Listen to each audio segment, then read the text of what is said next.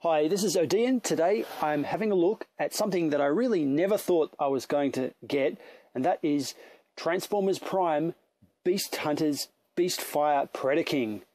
The box you can see standing behind Predaking there is really huge, and he actually comes disassembled slightly inside that box. I've already pulled him out, so I'm not going to dwell on the box too much, but it looks really impressive in store and takes up quite a lot of space, so it's headed for the bin. I say I never thought I was going to get this because Transformers Prime almost killed my passion for Transformers. The original toys, the first edition toys, and the original 5-part episode of Transformers Prime back in Season 1 was really fantastic. I loved every single bit of that, and it hooked me instantly. But as the show went on, it seemed to build up these kind of epic build-ups to story arcs and then just dump them, and it sort of degenerated into what I consider like a Pokemon-like quest to collect relics, which really didn't interest me very much. And from my point of view, at least, I felt that the quality of the toys just went down and down and down until I had just become sad with everything that I could see, and I didn't want to get a lot of the stuff. While at the same time, third party was going so strong and a lot of Generations figures were still okay, so I kind of abandoned Transformers Prime. Anyway, I have seen this guy on the shelf, must be a dozen times, and his price was hovering 65, 75, something like that. And I mean, straight off the bat, I'm going to tell you this is not worth that. There is no way this figure is worth that, and for that money I would expect a lot more than what you get in this package. But it's been on clearance at my Kmart for under $40. I picked this one up for $37, and I feel that for $37 he's probably pretty good. Now, it's an impressive size figure. As I mentioned before, the box is really huge, but let's get the ruler out and see exactly how big it is. Holding my ruler from his chin to the tip of his tail, he is about 36 centimeters, so that's a bit over 14 inches. Now, I've got to admit, I've got the neck in a non-standard position, so if I bring it up here, you can see I've wedged something in there to keep his head down, and that something is actually a little mech. What's this? A Human Alliance guy? I don't know who that is. Just seemed like garbage floating around my room, so I stuck it in there. But in the box, his neck comes like that, and let's get this out of the way so you can see. I'm not a big fan of the neck in this upright position. Now, it has got this lever here, which is also quite ugly, and the point of this is it's a spring-loaded gimmick. So you flick it up and down, and you can see as it moves forward, the mouth opens like this, and what you may not be able to see there is that the light comes on in the top of the head. Here I've turned off quite a few of my lights, and you can see right around this area here the light is on. As I go up, it's off, coming down, coming down, coming down, on. So I do appreciate the light, but to get that light, these tubes on the back are full of AA batteries, and it seems that the LED does not require two massive AA batteries to function, and I mean, I'm fine with that, but it just seems like a bit of overkill considering there's not even any sound gimmick inside. That part that I snapped off was the wing, and it is quite a nice big wing. It's got a ratchet. You can see the ridges inside here. They ratchet on the ridges on this cylinder part here, so it's quite a good idea actually. Kind of innovative, and I'm impressed. I'm impressed that Hasbro or Takara or whoever designed this continually, even though they've got their budgets cut down on these cheaper figures, come up with new ways to make parts work better than what you would expect. Now, it's kind of ratcheted in this joint as well as a ratchet that folds up, and it can fold up all the way like that, and that really helps when we get it into robot mode. I would have liked another bend here. It would have been a lot more posable in Dragon mode if it could bend there, but it is still relatively good for what we pay. What I paid anyway, $37. To go under those wings, we get two of these. So this is looks like a bow and spring-loaded. Let's do that again. Pretty decently spring-loaded considering the springs we get nowadays. This can just peg on underneath. And you can face it whichever way you want. Bending the wing will not rotate that. So if you've posed it in a given direction, collapsing the wing down won't alter the way that is. And I think that's pretty cool. It could easily have been the other way around where it moved on the wing. And I think some thought went into making that like that. We do actually get two, so let me just go ahead and click this other one in. Oh, well, losing my arrows. The other part that comes slightly mistransformed in the box in order to fit it in is this leg section. So you can see here that it's tabbed in this position. Now, in the box it was, how was it? It was some other way. I don't know, it was a little bit weird. It was kind of flipped around and then the leg rotated. But once you get it in tabbed in, unfortunately the result of that is that the leg can no longer articulate backwards and forwards. It's really just a solid piece. It still has in and out and ankle tilt, but no backwards and forwards. Something else which is a little bit disappointing is the lack of tail articulation. So there is none. The tail does come right off and forms a sword in robot mode. It just plugs into his butt to form his dragon mode. But maybe I'm getting a bit spoiled with my monster arts with the fantastic 15 segment articulated tails. But it's not what we're going to get from these mainline Transformers. I would have liked just a little bit of articulation, maybe just even at the top, being able to move from side to side, but alas, it's not to be. And I also find that the paint is a little bit piss poor. I mean, it's silver sprayed on top of black, but it looks like it was just popped out of the mold. Maybe that's upside down. Let me try doing it the other way. No, definitely that's right, up like that. It's very, very plain. And in fact, that's a kind of a theme going through this whole figure. It just feels like there's a lack of some kind of paint. And it's weird because when I look at it, I can see that there are paint applications. So we've got silver spray here, silver spray along the tail. This black section here is sprayed on glossy black, orange up here. On the underside, we have yellow sections and even a fade between yellow and orange here. So it's not that there isn't paint, it's just that the toy feels like it doesn't have much paint. And maybe they've used the paint to continue the theme of black and orange, where I would have preferred it if they used the paint to pull out some of the sculpted detail. If you're feeling like you've seen a variation on this theme, then it's probably because you have. Here's this mold from Transformers Cybertron. I can't remember. I can never remember if this is Bruticus or the one from Cybertron. Anyway, you get the point. Very similar in physical size, except for the wing section. Now, for my money, this is a far superior toy. I really like this. He does suffer a lot from lack of articulation in the wrist, and you know, his shoulders. Some key points are lacking, but just the way that it's sculpted and the solidness of the figure, I do really like this figure. He also has a light gimmick and a sound gimmick, but the thing that always really kind of annoyed me with this guy is that he didn't have wings, and that is something that Beastfire Predaking does have and does do quite well. I mean, I'm pretty happy with these wings. They are really big span and they look pretty good.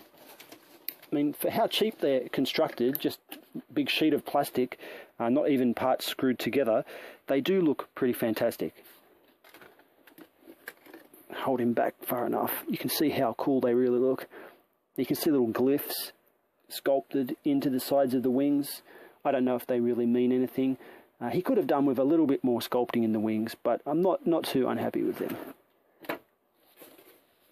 I wish there was a way to get the wings transplanted onto this guy. That would be awesome. So I'm going to go ahead and start the transformation. I think the first thing I'll do is maybe pop off these weapons so they don't fly off all over the place, and pop off the tail because that's going to be his sword in the end. Then what I'll do is untab these legs. So I'm going to twist them sideways like this, and you'll see that they go the whole way around. Now this part has to be pushed up to give clearance, and it will kind of lock in, and you can move that forward like this. The ankles can be adjusted however you like. And we're going to do the same thing on the other side.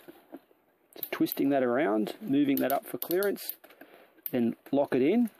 And you can see already he's very close to being transformed. Next, I'm going to bend these spikes out sideways like that, rotate the arms down, just put them into a more natural robot position, close the claws up so that he has hands, pose him a little bit, turn the whole thing around this way, bend the head backwards like this till it just points right down, and turn this section around to reveal the robot head. Now with the wings, it's really up to you to put it however you like, but certain things can make him stand up better than others. So if you leave them right back like that, he's going to tend to fall over. What I like to do is just make them nice and compact and fold them right up on themselves like this. And then he tends to have no problems standing up at all. Because his fists, Predaking's fists, are really just claws, there's not much capacity to grab onto anything there because they're not ratcheted or even very stiff. So Hasbro have put this peg hole in here, and what that lets you do is take one of his weapons and just peg it into that hole. So that's pretty cool.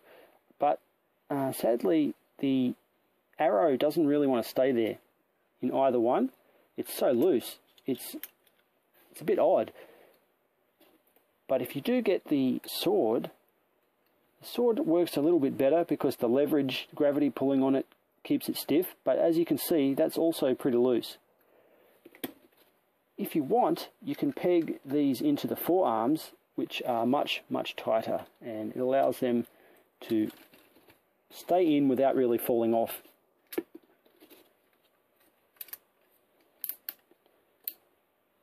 Now, I guess if you want to play with your figures, that can look alright, and it is a kid's toy. This is nowhere near a collector's piece, but I don't really like the look of those on the forearms, so I tend to just store them up here, get them out of the way. Oh, fallen over.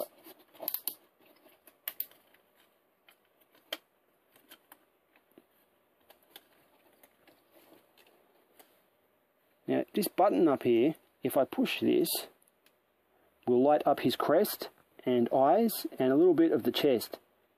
The ankle tilts that I mentioned before really save this toy in a lot of ways because he feels pretty mediocre with the solid colours up the top. But when you get down to the ankles, even though the detail is all very plain because there's no paint on the sides, just the ability to tilt his ankles sort of raise the class of the figure a little bit, if you know what I mean. They could so easily have gone with nothing there, but they must have had a lot of space to work with, and maybe a bit of a nod to the adults collecting these toys, put in ankle tilts. If you get the figure to stand in just the right light, kind of like this with bright lights, you can see that the sculpted detail, especially on the chest and even in the face up here, it really gets pulled out by the gradients that light has, and it looks pretty fantastic. On camera, it probably is coming across much better than it really is in hand. And that's because in hand, especially with front on, if you don't have really bright light, a lot of this detail gets lost in a kind of black matte blob, which is his body, because there just isn't that much paint to differentiate the bits that are coming in and out of all these little sculpted things here. So in hand, in normal conditions, it tends to look much worse than what it does on camera. So it's probably not a good guide to go by, just what you see here, whether it is going to be good in person. And I think in person it is actually a little bit disappointing how he actually comes across.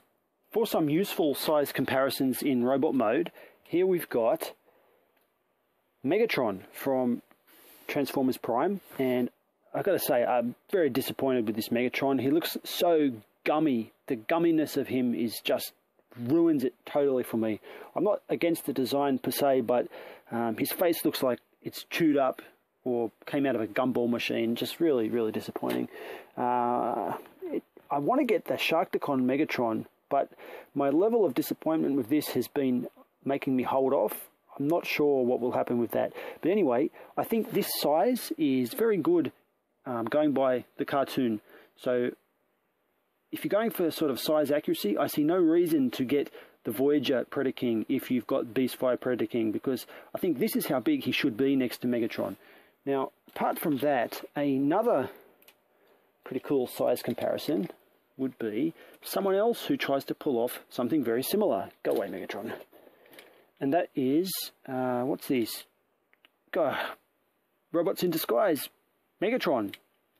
Another Megatron. So he's got wings out there as well, and he's pretty old, but he does a lot of cool things too. This one's covered in dust. Jesus, I don't know if that's picking up on the camera, but he's filthy. My final thoughts. Alright, so this guy has exceeded my expectations. My expectations for Beast Hunters were really about as low as they could get for a Transformer line. That's why I haven't got any before this guy. You can see that he does a number of things very well. He's got so much clickiness. Every joint is clicky, clicky, clicky, which is something you don't necessarily expect from Transformers Prime figures, because they were cheaping out a little bit and we didn't get that many clicky joints in the figures that I'd bought so far. So that is pretty cool. His sheer dragonness is very cool. I love dragons. I don't buy dragons just for the sake of it, but combine dragons with Transformers and I am strongly compelled to buy them. Now, I haven't wanted to buy the other Beast Hunters dragons because they do look a little bit cheap to me, and just like this guy, his construction is a little bit cheap. He's nowhere near the Cybertron figure that I was showing before, but what he does well. So can I recommend him? Yes, but not at full price, only at what I paid or less. So I paid $37. I wouldn't pay any more than that for this figure because it has its problems. The plastic feels cheap. It's very light. Cost-saving measures like the hollowness and lack of articulation in the tail, the ugly thing on the front lever here, the fact that the neck doesn't stay down, no up and down motion on the robot head, these things take away from it and make it guaranteed 100% definitely not worth $75, $85. That is far too much for this figure, but at $37 it is really nice and I'm happy to have it. So as a result of this figure, I have been sucked into a kind of vicious black hole of buying more figures that I never thought I was going to have to get. And I did like the Beast Hunters cartoon. I thought it was much, much better than Season 2, and I really enjoyed it. I watched it all in just a couple of sittings because I kind of thought it was pretty cool. They didn't go off on too many hunts and that kind of thing. But anyway, the result of getting this guy has been that I have to buy on-screen characters because I enjoyed it so much. And as you can see, I've just received this one in the mail today, which is my smoke screen, and I haven't opened him yet. I'm going to open it as soon as I finish this review. I've got a few others on the way. I have Beast Hunters, the show accurate version of Ultra Magnus, the slight retool of the Prime mold. I have Shockwave and one of these Dark Steel guys, a few others on the way, pretty much picking up everything that I missed out on in Beast Hunters that I liked. And it's a bit weird because I never thought I was ever going to get this stuff.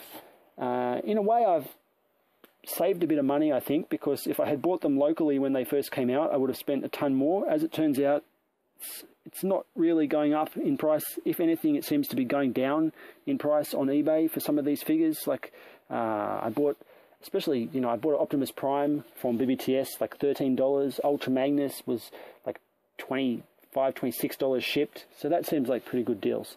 So anyway, this has been my surprisingly optimistic and happy review of Transformers Prime, Beast Hunters, Beastfire Predaking. I'm Odeean. Thank you for watching.